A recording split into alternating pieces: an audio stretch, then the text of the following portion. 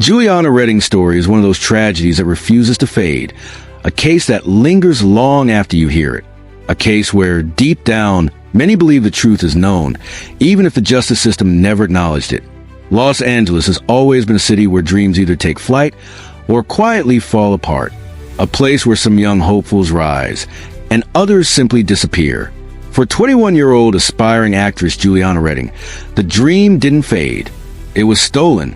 Juliana moved from Tucson to Santa Monica in 2005. She was hopeful, grounded, and deeply close to her family. She wasn't reckless or distant. She was driven. She spoke to her parents almost every day, sharing plans about her future. Sometimes she talked about acting. Other times, she imagined opening her own boutique or running a business of her own. She was building a life, slowly, carefully, but by March of 2008, that life would take a turn so dark. Her family is still searching for answers they may never receive. It began on March 16th. Juliana's mother, Patricia, noticed something felt off.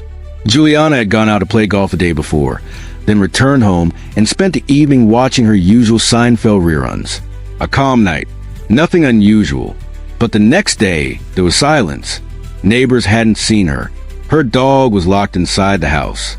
And her phone, normally never far from her, wasn't ringing, wasn't texting, was responding. Patricia tried to stay calm. But by 6 p.m., worry turned into fear. She called police and requested a welfare check.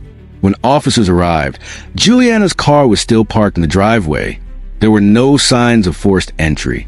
At first glance, nothing seemed wrong, until they stepped inside. The bungalow was filled with the overwhelming smell of natural gas. A candle burned near the entrance, and the stove, its burners had been turned on intentionally. One spark could have erased everything. Then they found Juliana. She was in her bedroom. Her life had been violently taken. The room showed clear signs of struggle, evidence that she fought desperately to survive.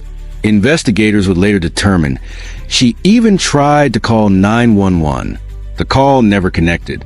Neighbors later recalled hearing movement and shouting around 9:53 that night. But like so many times before, it was dismissed as nothing more than everyday noise. Inside that bungalow, Juliana was fighting for her life. Police had few leads, until Juliana's father mentioned a familiar name, John Gilmore, an on-again, off-again boyfriend with a history of volatility. He had once kicked in her car door. Another time, he broke into her home during an argument. He seemed like the obvious suspect, but surveillance footage told a different story. That night, Gilmore was seen at a fast food restaurant, then a convenience store, and later at a house party, all confirmed by witnesses. He wasn't the killer. Then the forensic results came back. The DNA at the scene didn't belong to a man. It belonged to a woman. Detectives were forced to start over. They examined Juliana's friendships, co-workers, classmates, rumors of jealousy, rivalry, old conflicts. But every woman they tested was cleared. Every promising lead vanished. Until another name surfaced. Dr. Munir Uwaida. Juliana had met him while working at a restaurant. He offered her a job, then a place to live, then a lifestyle filled with money that seemed endless. At first, it looked like opportunity, but over time it became something else. Munir was controlling, manipulative, and intensely obsessed. He even proposed, promising luxury, security, and a future Juliana never asked for. Something felt wrong. When Juliana's father looked deeper, he uncovered a devastating truth. Munir was married, with 3 children, living in Lebanon. Juliana cut him off immediately, completely, but her father was still tied to Munir through a business deal, one he walked away from after realizing Munir's operations didn't appear legitimate. 1 week later, Juliana was dead. Munir's DNA wasn't found at the scene, but investigators couldn't ignore the timing. Then they learned he had already left the country. Attention shifted to the people closest to him, especially one woman, Kelly Supak, 47 years old, a former real estate broker, and someone Munir had transferred more than $1 million to in just 18 months.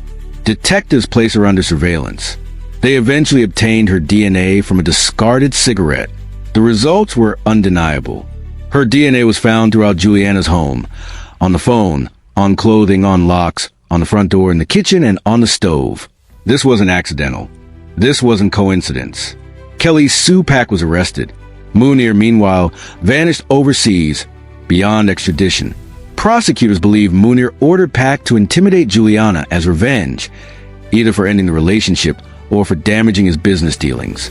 They believe the confrontation spiraled out of control. But in court, everything fell apart.